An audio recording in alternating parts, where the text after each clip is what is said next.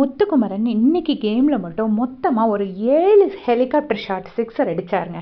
அது என்னன்னு நான் லிஸ்ட்டு போட்டு வச்சுருக்கேன், உங்ககிட்ட நான் சொல்கிறேன். ஃபஸ்ட்டு பாயிண்ட் என்ன அப்படின்னு பார்த்தீங்கன்னா, மஞ்சரி கிட்ட நீங்கள் மார்க் பண்ணது தப்பு, அதனால தான் பேட்ஜை கொடுங்க அப்படின்னு நான் கேட்குறேன். நீங்கள் மார்க் பண்ணது கண்டிப்பாக தப்பு தான். ஏன்னா ஒரு கேப்டனாக இருக்கிற பட்சத்தில் நீங்கள் யாரையும் மார்க் பண்ணக்கூடாது அப்படின்னு சொன்னார். சரியான பாயிண்ட். அதுக்கு மஞ்சரி கிட்ட பதில் இல்லை, மஞ்சரி அதை அக்செப்டும் பண்ணிட்டாங்க. ரெண்டாவது பாயிண்ட் பார்த்துட்டு அருண் கிட்ட, ஹே நீ உண்மையாக மார்க் தான் பண்ணினேன், மஞ்சரி அந்த இடத்துல பொறுமையாக பேசியிருக்கணும்னு நான் சொன்னனே தவிர நீ மார்க் பண்ணது கரெக்டுன்னு நான் சொல்லலை, நீ மார்க் பண்ணது தப்பு தான் அப்படின்னு சொல்லிட்டு அருண் கிட்ட ஒரு சிக்ஸர் அடிச்சாருங்க. அடுத்தது பார்த்தீங்கன்னா தீபக் கிட்ட சொல்லியிருக்காரு, நீங்கள் வந்து ஹோஸ்ட் முன்னாடி அப்படி 2 தொடையிலையும் கையை அப்படி அடிச்சுக்கிட்டு நீங்கள் எந்திரிச்சு நின்னது கண்டிப்பாக தப்பு. நீங்கள் ஒரு ஆங்கராக இருந்திருக்கீங்க, இவ்வளோ எக்ஸ்பீரியன்ஸ் இருந்துட்டு நீங்கள் ஒரு ஹோஸ்ட்டுக்கிட்டே அப்படி பேசினது ரொம்ப தப்பு அப்படின்னு சொன்னாருங்க.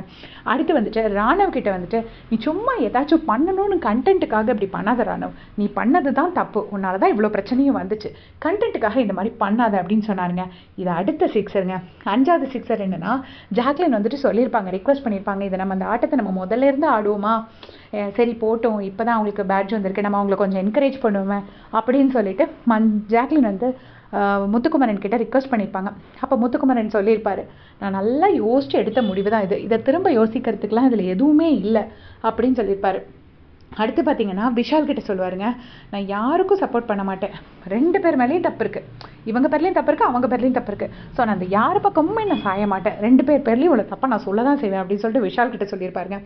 அதுக்கு அடுத்தது சாச்சனா கிட்ட கடைசியாக சொல்லியிருப்பாருங்க, அதாவது நான் ஒரு ரீசன் சொல்லி எடுத்திருக்கேன், அதே ரீசனை சொல்லி நீ எடுக்க ட்ரை பண்ணாத, உனக்கு எதாவது ரீசன் இருந்தால் நீ சொல்லி எடு அப்படின்னு சொல்லிட்டு சாச்சனா கிட்ட சொல்லியிருப்பாருங்க.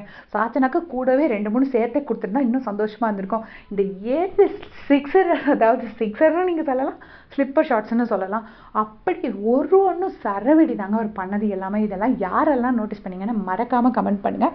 அப்புறம் நீங்களும் முத்துக்குமரன் ஃபேன்னா மறக்காமல் எனக்கு கமெண்ட்ஸில் சொல்லிடுங்க. தேங்க்ஸ் ஃபார் வாட்சிங்.